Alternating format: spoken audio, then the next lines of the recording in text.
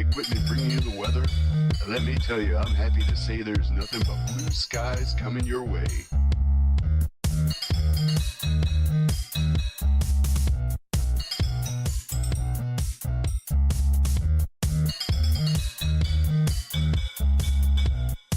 There's nothing but blue skies coming your way.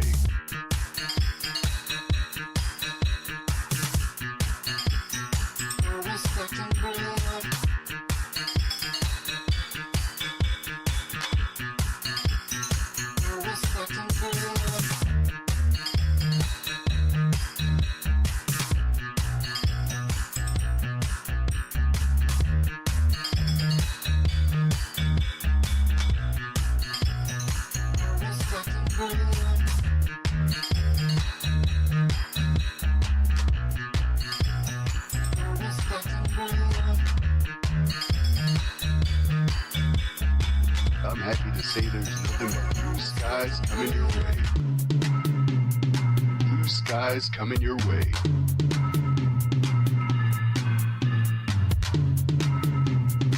Blue skies coming your way. This is weather.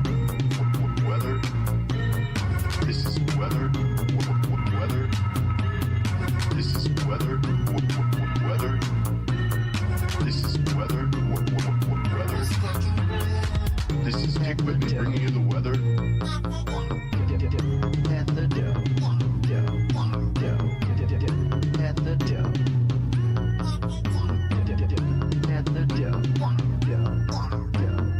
Always stacking bread. Always stacking bread. Always stacking bread. Always stacking bread. This is Dick Whitman bringing you the weather.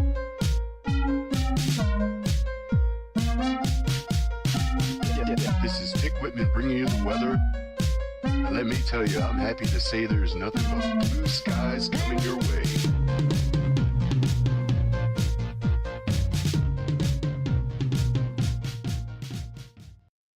It is August 9th, and you are watching You Don't Watch Sports right here on the Feo Grande YouTube network. I am Bill Smith, and I am joined, as always, by the man, the myth, the legend, Feo Grande himself, Omari Ellis.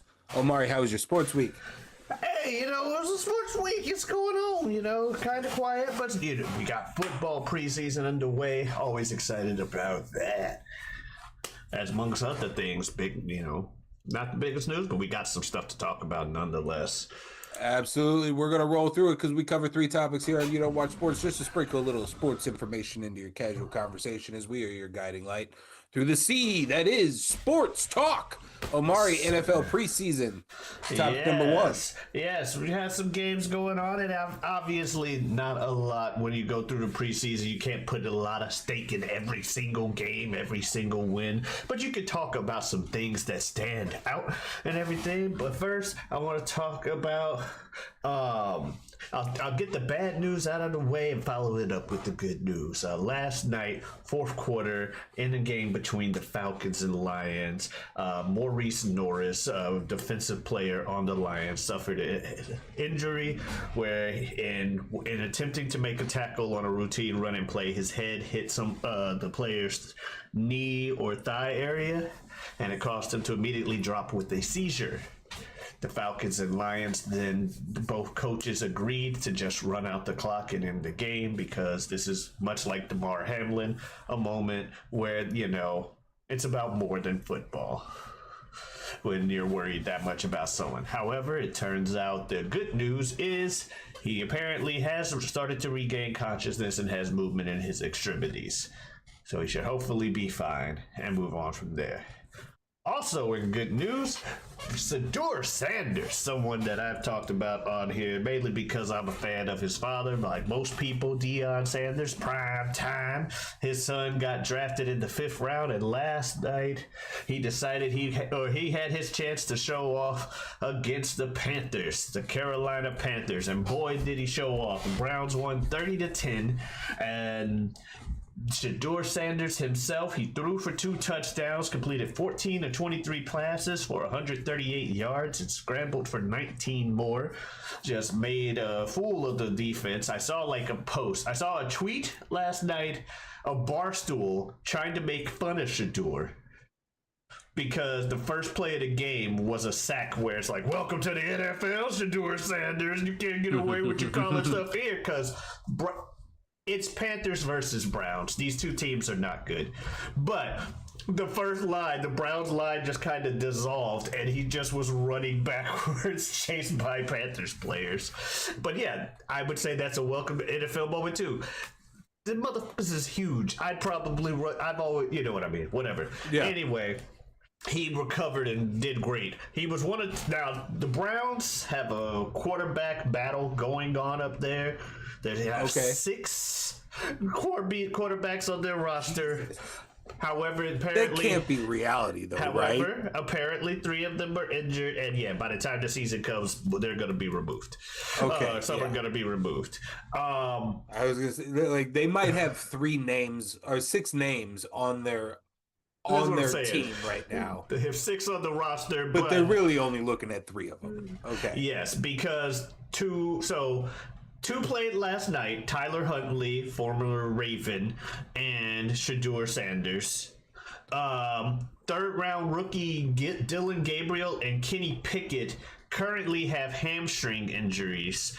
So it's not but they are still in contention. Kenny Pickett, formerly of the Steelers. Dylan Gabriel, they drafted him before Shedeur.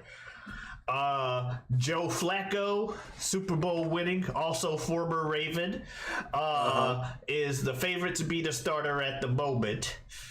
And then, of course, the guy that's physically unable to play, but they paid him too much, so they can't cut him, even though he probably should have been cut a long time ago or not been signed in the first place due to PR reasons. Deshaun Watson is still on that roster. Which he is out with a torn Achilles tendon. Oh, how long ago did that occur? I want to say mid last season. Okay, so yeah, he's still out. He's going to be out for a while. Yeah. And mobility was a portion of his game. Yes. Yeah, mobility and so we'll see how that goes. So if you had to make a blind pick for it right now, how would you say? I want to say, how do you say the Browns quarterback situation begins the season, game 1, and how does it end the season? Joe Flacco, Shedeur, and then the same to end it. You don't think? Do you think this is one of those situations where I feel like you start with Joe, to where about a halfway or 2/3 of the way through the season, you then move Joe to the bench to allow whoever was in second or third, whoever's performing the best, kind of thing. Okay, so yes, I see Joe Flacco. Use Joe as a transition. As of today, I see Joe Flacco starting at the start of the season. Not that I'm discounting Shedeur's thing last night. I'm saying Shedeur's been being doubted by his own team this whole time. Right. The NFL's been kind of ignoring him. I was wanting him to go the first round and assumed he would. He went in the 5th. But so that's the kind of thing I'm saying about Joe Flacco will start the season. They are the Browns. And the Browns is the Browns. So I don't see the season going well for them going into it. I feel like at some point they will. The fans are gonna want Shedeur to get on the field, especially if he keeps playing like this in the preseason. And I think he's gonna get his chance to get on the field and get some games in and start, showing some signs that he's getting his reps in. But I also do think because Joe Flacco is a Super Bowl winning quarterback, the team could also be thinking, hey, even if Shedeur is really good, him getting some back reps, seeing, some second, you know what I mean, the whole sit behind the guy. Right. Why can't we Aaron Rodgers to Brett Favre this stuff, type stuff, you know what I mean? So they could be trying to look at that idea. But I got faith that Shedeur Sanders will be Shedeur Sanders will be the starter by the end of the season. Wrapping up the NFL thing, not talking about a preseason game, but hey, my bias against the man doesn't disqualify me. I didn't know that you from added this to talking the about role. it. It's news. It's news. Brady got a statue. Yeah. They made And a it doesn't Brady look statue. bad. It doesn't. They made a Brady statue and they made it look better than the Dwayne Wade statue and other statues. Yeah. So yeah. That is news. I can't ignore the news. It's like I couldn't ignore when they won the Super Bowls, and if I had to, I wouldn't be able to come in like nothing happened last night. I just regretfully report what happens. News is news. He's a man of honor, ladies and gentlemen. Yes. If nothing else. Nothing All right. else. Well, yeah. Congratulations to Brady on getting his Unlike statue up in New England. And congratulations to Shedeur Sanders on a great NFL preseason debut. Yes. Let's move on to topic number 2, Omari. MLB. I want to run through the standings with you real quick. Not much has changed. We have the Toronto Blue Jays up on the top of the East. The thing there to look at is the New York Yankees, who started that slide a couple of check-ins ago and have only continued it. Yeah, they are going down. And not only that, Aaron Judge is done for the season. He is out. He is going to have, oddly enough, for a position player, Tommy John surgery. He injured his elbow. And so very similar injury to what a pitcher might sustain. All right. Or at least the similar repair. Glad I did not make the joke that I was going to. I was just going to try to find some Judge-related joke before you mentioned the injury. And so I will not. Yes. Detroit Tigers are still sitting atop the AL Central. They are approaching coast mode. It is only 6 games up, but they just feel like so much better of a team. And you're looking at post-trade deadline, and there's a couple of teams in their division that really fire-sailed. The Minnesota Twins... the Minnesota Twins at the point of the end of the trade deadline had only, I believe, 17 players on their major league roster of a potential 30 or 32 is what it is. So that's how much they are just throwing in the towel. They traded away. Well, then you call up a bunch of kids from the minor leagues and stuff. You fill those holes, but at the end, but after the trade deadline, after the starter, the major league talent that they had traded away, it meant that there was half of their team was gone, that they had to fill with brand new minor leaguers. So this division is kind of a coast mode at this point. The AL West has gotten interesting because this is one of the division. Houston and Seattle Mariners were most active in the trade deadline this year, other than the San Diego Padres and the National League. So it'll be a good watch to keep an eye on them. Currently leading in that division is the Houston Astros, but they're only 1.5 games up. Let's go Seattle Mariners. Yeah, from my time as a Ken Griffey Jr. fan, the Seattle Mariners have always been one of those, and they're never super involved with the Cardinals, so it's always easy to root for. They're a team that's always easy to root for. Exactly. I want their fan base to get a win, and they don't got nothing to do with us really. So yeah, exactly. In the National League East, Omari, the Philadelphia Phillies are continuing their trend upwards and widening that distance over the New York Mets with 3.5 games back from the lead. The Phillies are atop all power ranking lists right now as the strongest team in the league, the way they've been playing the last 20 games or so. New York Mets fans furious at the team for their lack of movement at the trade deadline to improve. National League Central, the Milwaukee Brewers surprising everyone by climbing up the division and now a shocking 5 games up on the Chicago Cubs after an incredible win streak. The Cincinnati Reds 12 games back. These teams are done. This is a Brewers Chicago Cubs race. The Chicago Cubs fans are shocked after leading the entire season so far, dominating this division. And in the NL West, the most interesting of them all is the Los Angeles Dodgers, who are still continuing to play at the eye level terrible baseball. But they're still top of their division. They start so impressively with such a high lead, and it just has been very slowly, casually shrinking to now the San Diego Padres, the most active team in the trade deadline this year, acquiring so much talent, sending out so many of their future prospects for now talent. They are pushing for this division this year. They are only 3 games back, and they are currently winning, and the Dodgers are currently losing. So we got to keep an eye on this one. Ooh. That is the MLB right now. I want to go through real quick our full-on power rankings. As I mentioned, Philadelphia Phillies, then the Milwaukee Brewers, then the Chicago Cubs. Then we have the Los Angeles Dodgers.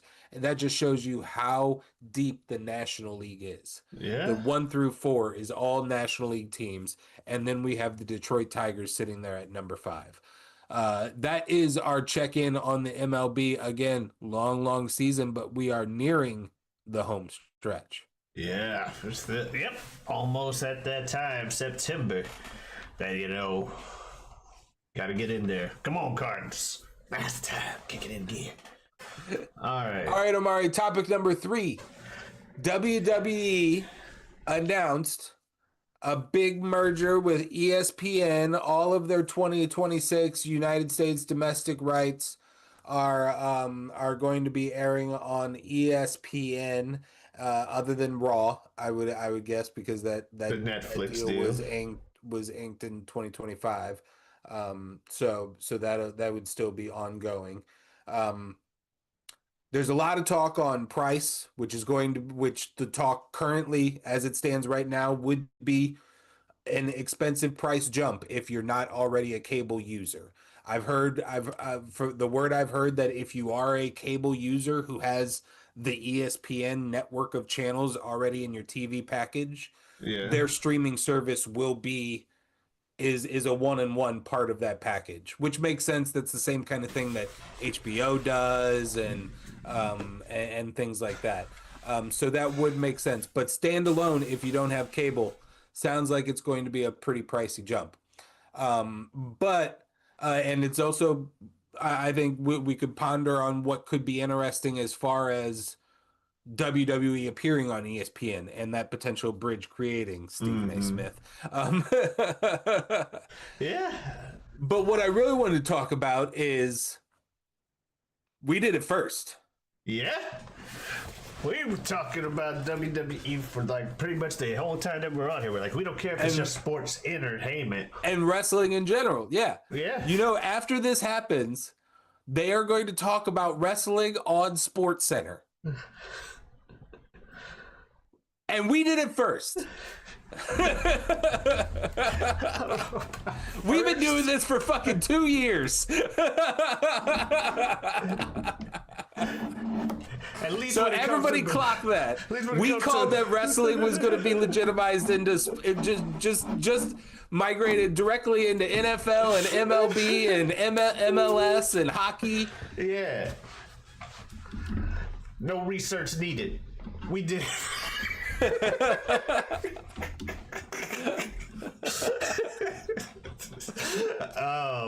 Yeah, no. Omar, anything else to comment on this? Let me pull the numbers here. $325 million a year for 5 years. Ooh, that is So Disney will have control of WWE until 2030. Well, they won't have they'll have control of the airing rights of the okay. US. They're not going to control WWE. They're going to have they are going to have the ability to Air they it. control the They where make the it's money from airing yeah it. right. Okay. Which it might means be a little- it's going to be on ESPN, but maybe WrestleMania shows up on ABC or something like that. You know, who knows?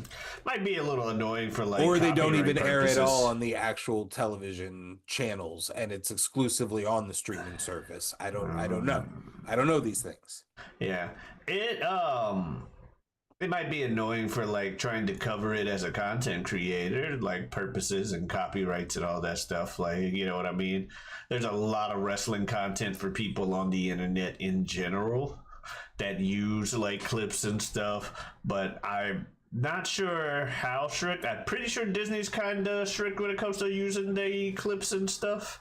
I mean, content WWE creation. itself is already pretty strict about it. Like you can, like that's why everything that you'd see on YouTube is usually edited to hell. Yeah. Or it can be something that talks WWE faithfully enough to where they They just let the They video don't- exist. yeah, and nobody makes money off of it. Yeah. Or WWE earns the ad revenue from it, kind of thing. That's always potentially there, or that the content creator is so little known that the views haven't happened to where the algorithm can figure out. Those are always possible too. But yeah, I think most of the time it's got to be like you can only show like 2.5 segments of video, or usually most of the time people will just layer still images to kind of tell the story of what they're talking about. So there is still that. Then you have beyond that, like New Japan and a couple of the other Japanese promotions are even stricter than that, where sometimes they don't even want you using those still images from the program or and videos. It can be a that's dicey fair. road, those copyright issues already, but Disney could make them even dicier. I can't. Yeah. No. I can't speak of what Disney's. You'd assume big company, so they're quick to throw that hammer, but I'm not too familiar with their history on as far as like YouTube and stuff goes. Yeah, I was just thinking about that. That just the thought that popped in my head when I saw the word Disney, or just what are the negatives of being associated with Disney? But it's not that Disney bought. It's not like a Disney acquired TKO and now it's this. It's literally just publishing rights. So the product itself will be unaffected. It's just how the ability to watch it just got a bit worse. And that's how I see it, especially now that I've had that bit of clarification. Yeah, it's Because so many of us don't have TV anymore. yeah, Like it's so many of us don't have TV, and this current.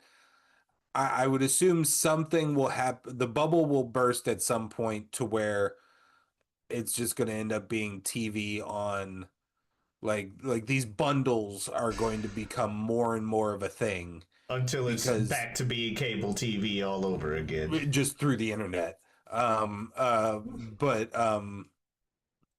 Yeah, this current age we're living in, where you have to have 8 different subscriptions to 8 different streaming services that all have exclusive content to their system, is getting taxing. The bubble has to burst at some point. In this economy, In this economy? All right, Omari, those are our 3 topics. We just sprinkled a little bit of information into your sports casual conversation as we are guiding light through the sea that is sports talk.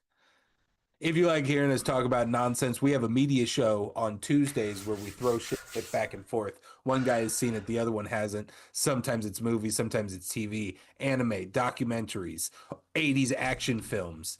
Mostly YouTube those independent things. Fancy, independent, Oscar award-winning films, all kinds of Also stuff, true. everything in between. Yes. That's on Tuesdays. It's called This Guy Hasn't Seen. We always are working on trying to throw more things at you, do something different, grow our tools as artists and humans. So that's there's things working in the works for that. Mari, where else did they find you on the internet? Yes, you can also find me on twitch.tv and Twitter at Giotavi. That is Giotavi. Come on in, stop on by. Streaming Day 240. You know what that means.